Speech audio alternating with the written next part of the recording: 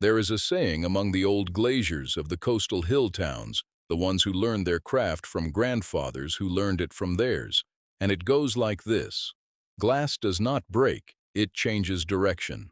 The young apprentices heard it and assumed it was consolation for accidents. The old ones knew it was instruction. Nora Vedic understood it as a life plan, though she did not know that yet. On the morning she stood at her back fence in her waterproof boots and watched the first flatbed truck from Halverson Brothers Glassworks reverse across the gravel service road, drop its tailgate, and release 3,000 pounds of broken cullet onto the strip of scrubland that separated her property from theirs. She was 41 years old. She had lived in the narrow clapboard house for 6 years, long enough to know that the strip of land was legally hers, but practically useless. A 12-foot wide corridor of clay and bindweed running 90 feet along the rear of her lot, where the Glassworks fencing began.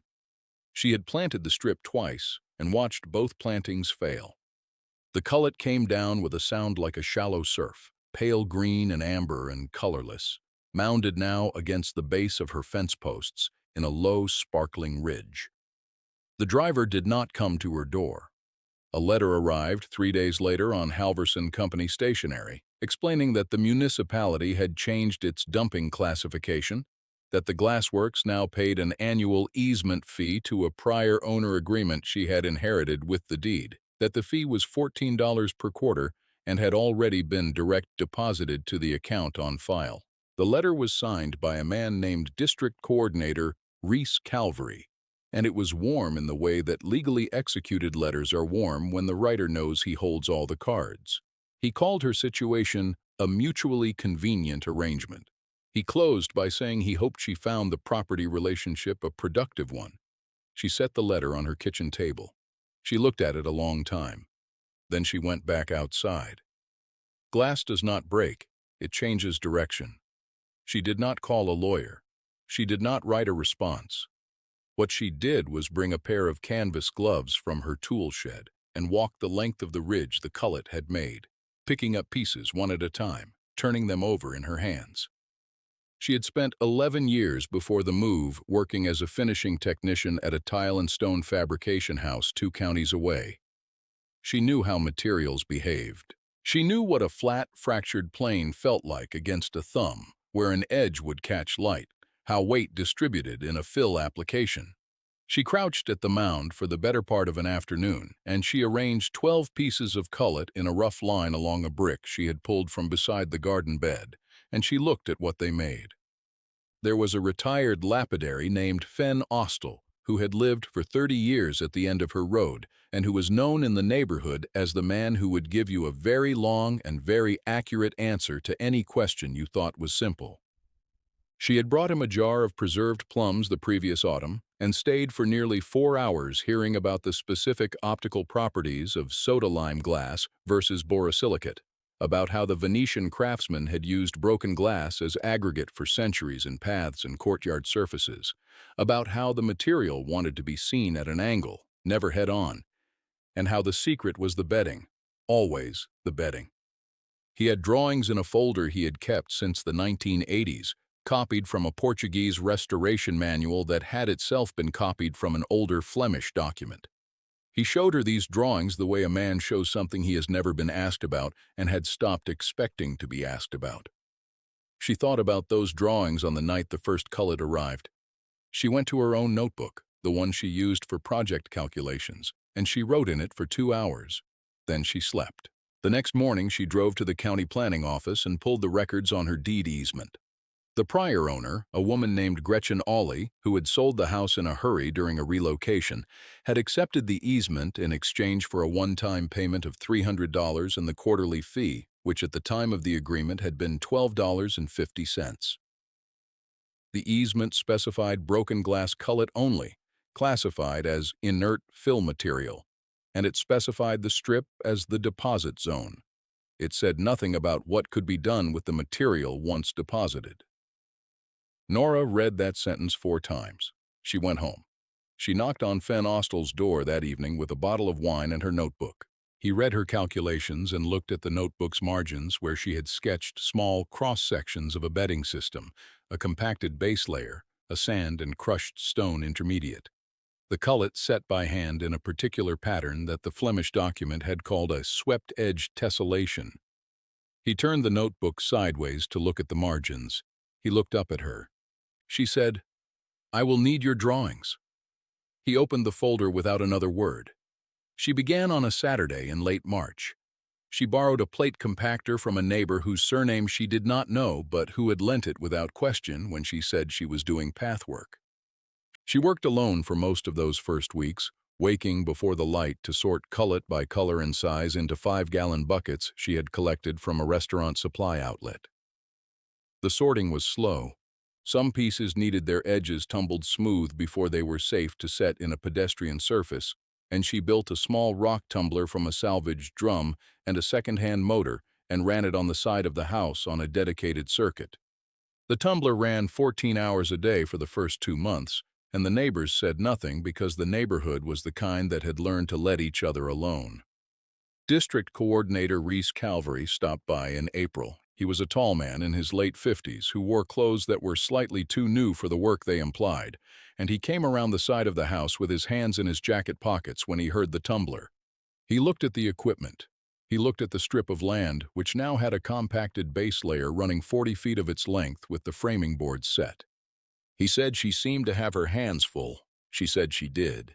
He said the Glassworks would be making another deposit in late May, a larger one, perhaps 4 tons this time owing to a change in their production schedule. She said that was fine.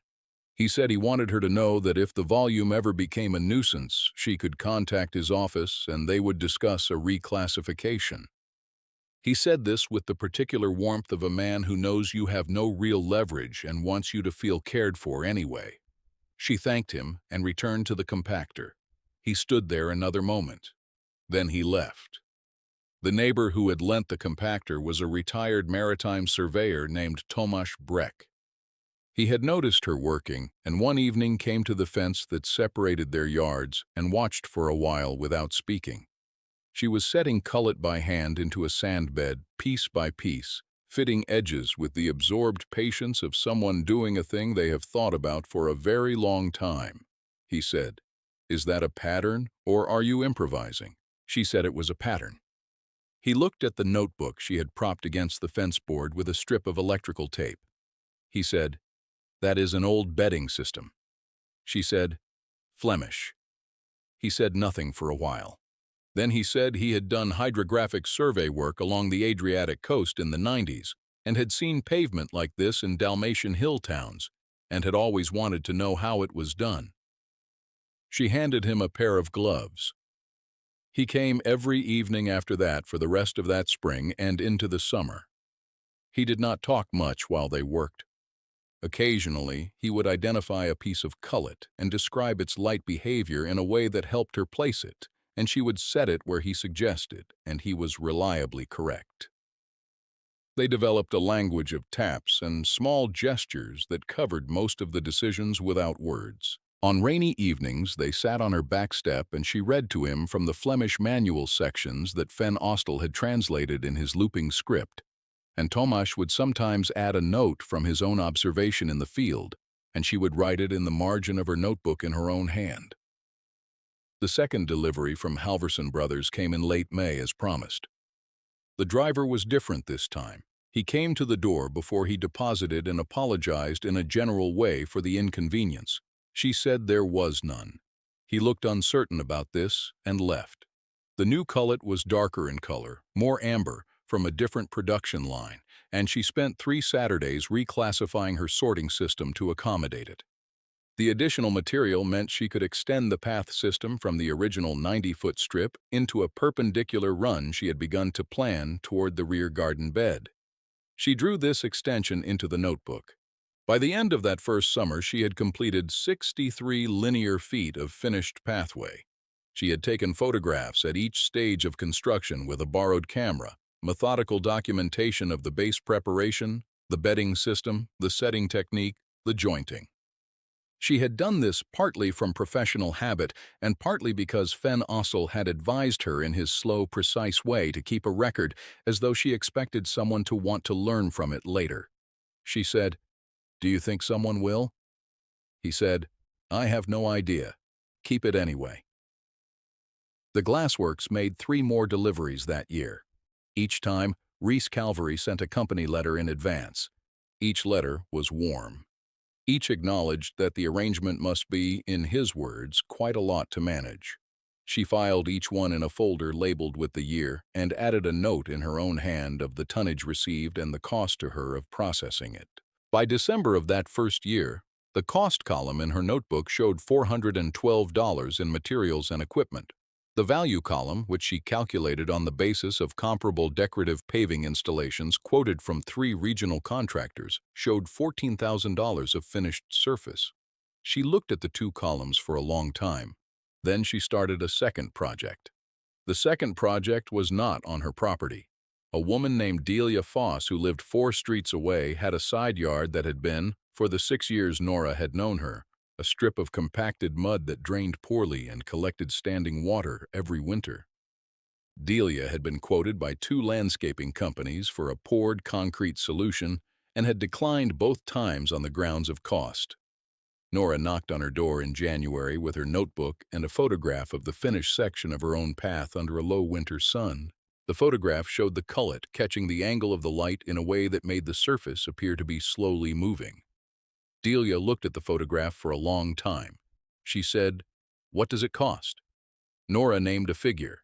Delia said, "Materials only?" Nora said, "Materials and my time."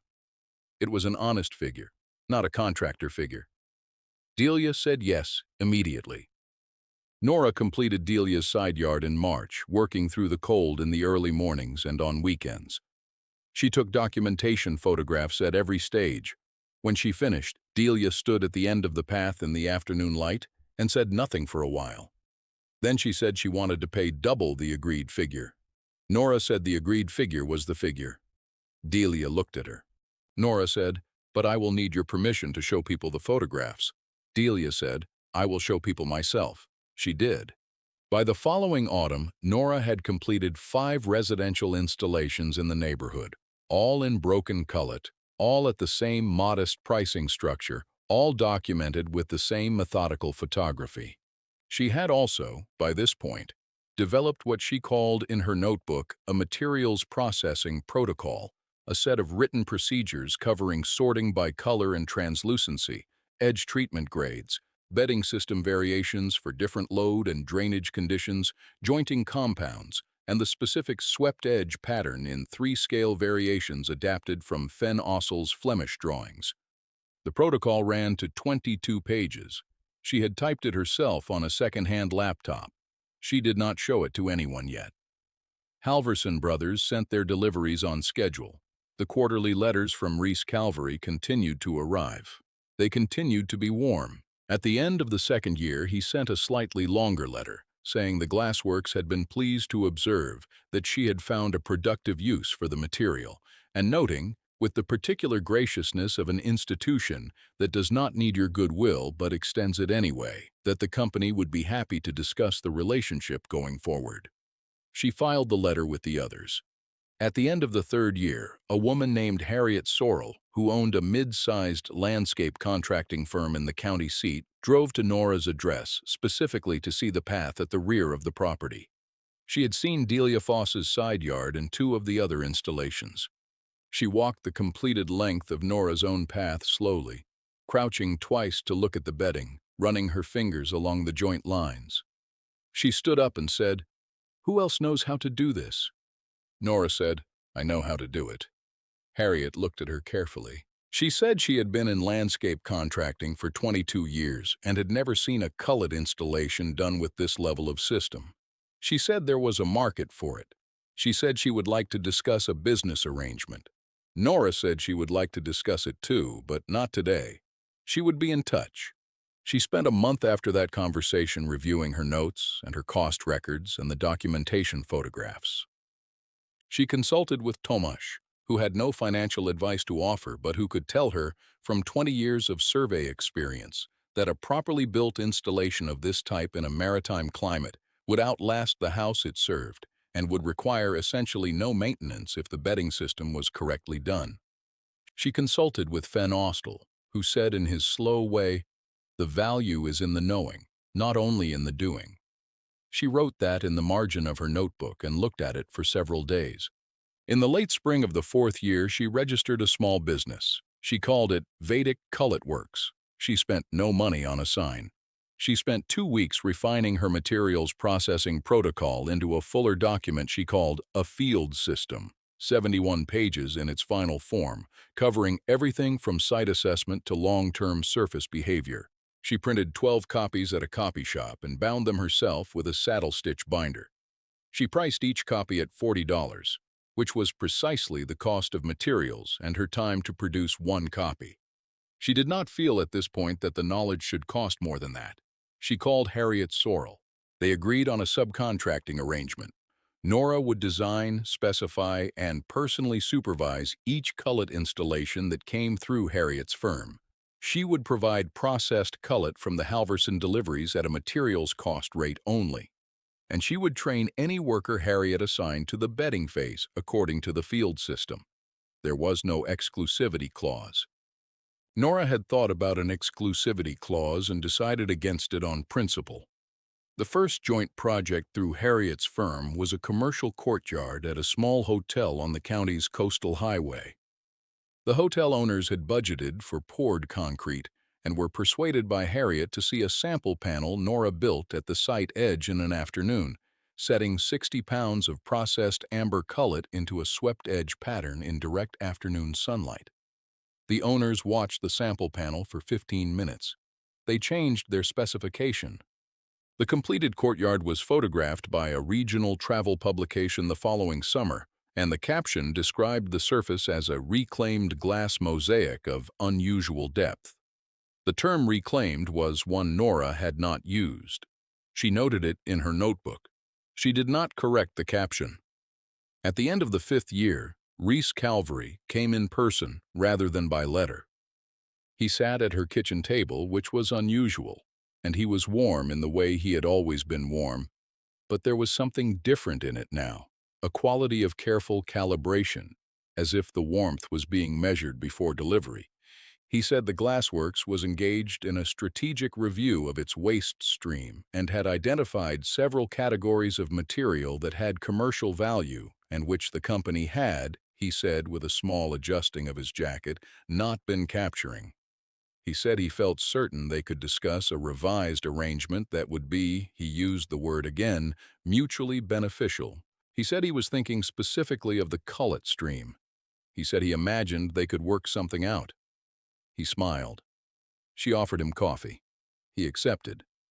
She set 2 cups on the table and sat down and said, "Mr. Calvary, the easement agreement conveys the material to my property as inert fill with no retained commercial interest on the part of Halverson Brothers." She paused. She said, "I have confirmed this with a property attorney." She had. It had cost her $230 at a consultation the previous autumn, when she had begun to think that this conversation was coming. She said, "I am happy to continue the arrangement as it stands." She said the quarterly fee may remain at $14. She said this last part without expression. He was quiet for a while. He drank his coffee. He said he appreciated her clarity. He said the company would be in touch. The next letter that arrived was drafted by a different person, a legal affairs coordinator whose name she did not recognize, and it confirmed the existing easement arrangement without modification. She filed it with the others. By the 7th year, Vedic Cullet Works had completed installations at 31 residential and 6 commercial properties. She had trained 9 workers across Harriet's crew in the field system. 4 of them had purchased copies of the protocol at the $40 price, which she had still not raised. 3 of those workers were now capable of running a full installation under her remote supervision, which meant she could take on projects she did not personally attend each day, which meant she could begin to think about what she wanted to do with the thinking time this freed. What she did with it was right. She had kept detailed records of every installation, the site conditions, the cullet batch characteristics, the bedding adjustments, the weather during setting, the long-term surface behavior she observed on follow-up visits. She had 11 years of notes by the end of the 7th year, not counting the years before the first delivery when she had been thinking about the problem in the abstract. She began to organize these notes into a longer document that was more instruction manual than business record. She worked on it in the early mornings before the phone began. Tomasz read each section as she drafted it and said very little except occasionally, "More specific here," or "This is correct." She valued both responses equally. Halverson Brothers made their deliveries. The Glassworks had expanded its production capacity in the 6th year, which meant the deliveries were larger and more frequent. The 4th quarter of the 7th year brought 11 tons of cullet to the strip behind her house over 3 separate deposits. She had by this point established a secondary staging area on a leased portion of a neighboring lot, where processed and sorted cullet was held in covered bays organized by color, translucency, and edge treatment grade. The staging area looked, to people who walked past it on the service road, like a very orderly kind of ruin. Several people stopped to take photographs of it. She did not advertise the staging area. She did not advertise anything. The work found its way to her through the photographs and through people who had been to the hotel courtyard or one of the residential installations and who had stood in the afternoon light and experienced that quality the travel publication had tried to describe. The surface moved with light in a way that permanent materials did not. It was not the same at 10 in the morning and 2 in the afternoon and 6 in the evening. People who commissioned an installation would sometimes call her months after completion to say they had discovered something new about the surface at a particular hour or season. She noted these observations in her records. Some of them she incorporated into the field system as guidance on installation orientation, which she expanded to a separate appendix in the document's 3rd revision. In the 9th year, a regional university architecture school contacted Harriet's firm, asking if the designer of the Cullet installations would be willing to give a workshop to their 3rd-year students. The request was addressed to Harriet, who forwarded it to Nora, who thought about it for 10 days and then agreed on the condition that the workshop be hands-on, that the students actually build a section of surface, and that she provide the cullet and the bedding materials at no charge to the school. The school agreed without modification. She spent a weekend with 32 students in a university courtyard in early October. She said fewer words than any instructor they had likely encountered. She demonstrated the base preparation and stepped back. She demonstrated the bedding system and stepped back. She set 12 pieces of cullet in the opening section of the pattern and then handed a student a pair of gloves and pointed at the next empty span. The student looked frightened and began. Nora moved along the line, tapping a piece here, lifting and repositioning a piece there, rarely speaking. By noon, they had 8 feet of finished surface. By 3 in the afternoon, they had 30 feet. The students kept working after she indicated they could stop. She packed her tools while they worked, and several of them did not notice she was leaving until she had gone. The workshop produced 3 pieces of student work published in an architectural journal in the following spring. 2 of the students wrote to her in the year after graduation asking about apprenticeship. She said she did not run a formal apprenticeship, but they could come and work alongside her on installations if they were available and if they came with their own gloves. Both came. One stayed for 2 years. The other is still with Vedic Cullet Works. In the 10th year, there was a fire. It started at the Halverson Brothers production facility on a Thursday night in February, in the batch mixing hall, where a flaw in a rebuilt gas line had gone undetected through 3 safety inspections. The fire did not reach the finished goods warehouse. It destroyed the mixing hall and the adjacent processing shed and caused sufficient structural damage to the main furnace housing that the facility could not operate. The insurance investigation took 11 weeks. The Glassworks suspended production. The quarterly cullet deliveries stopped. She noted this in her records without emotion. The staging area held enough processed material for 4 months of work at current project volume.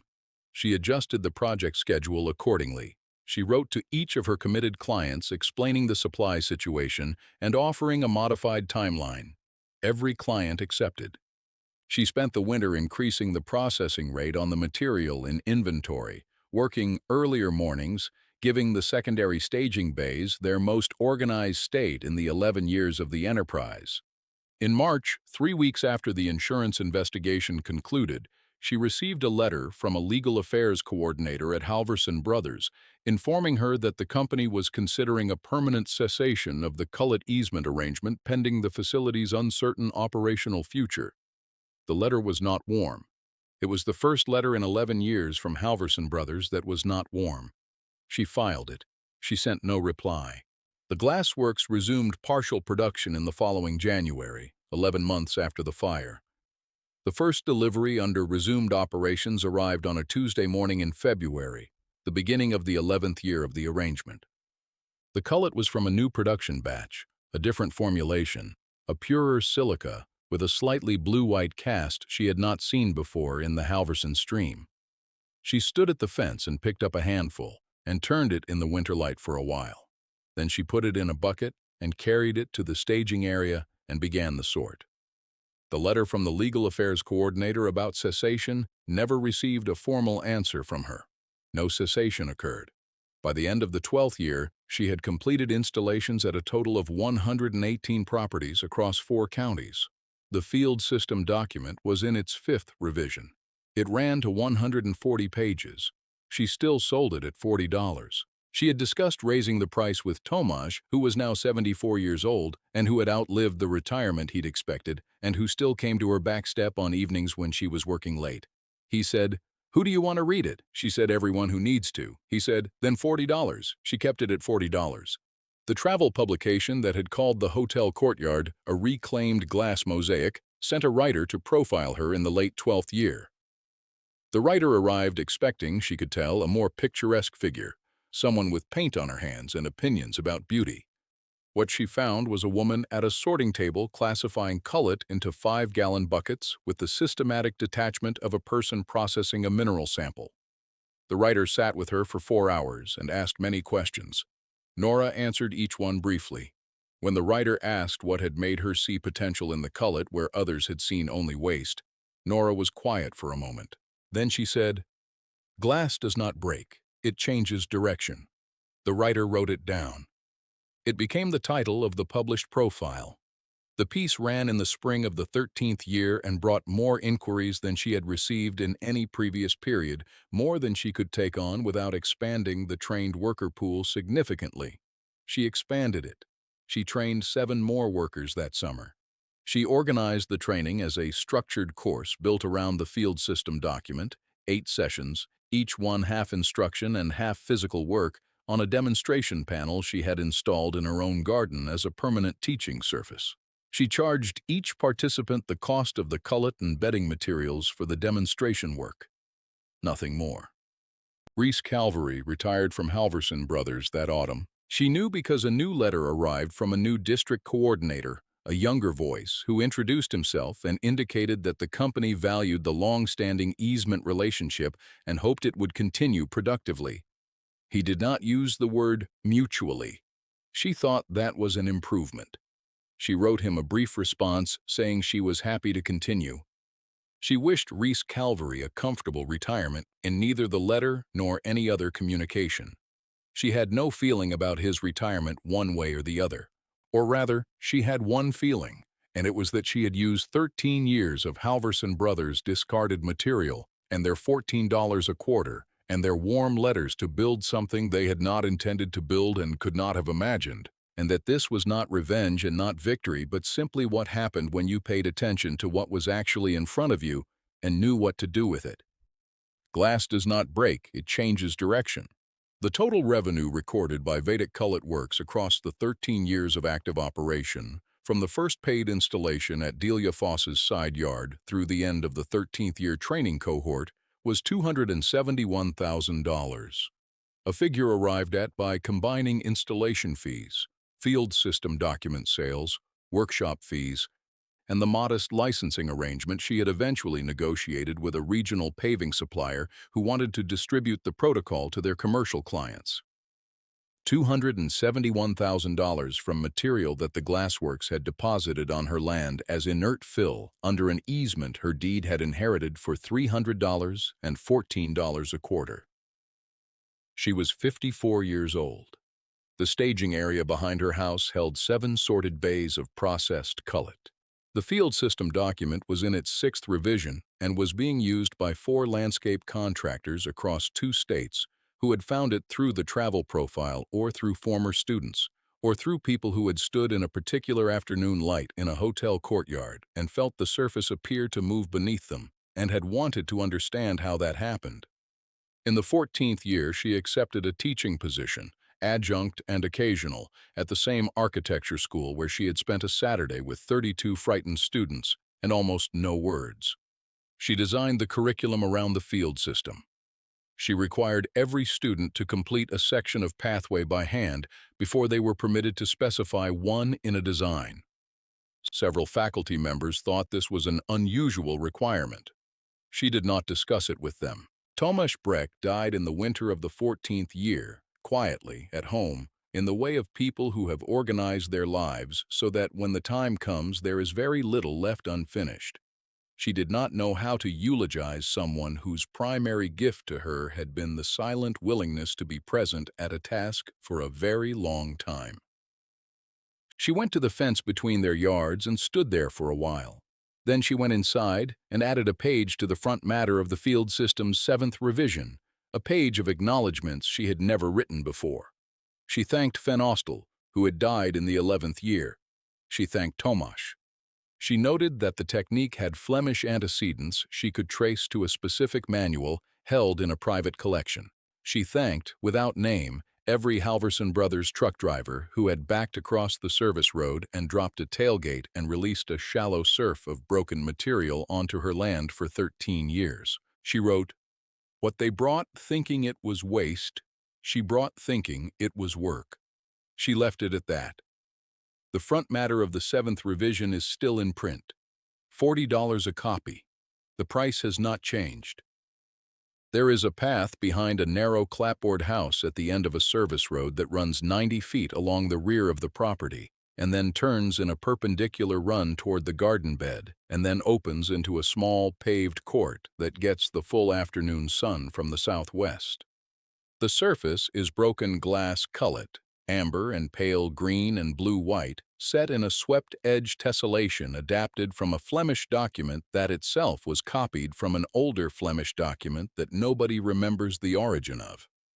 In the right light, late afternoon or early morning, the surface appears to be moving slowly, the way water moves when it is very clear and very shallow, and there is something alive underneath it. Glass does not break, it changes direction.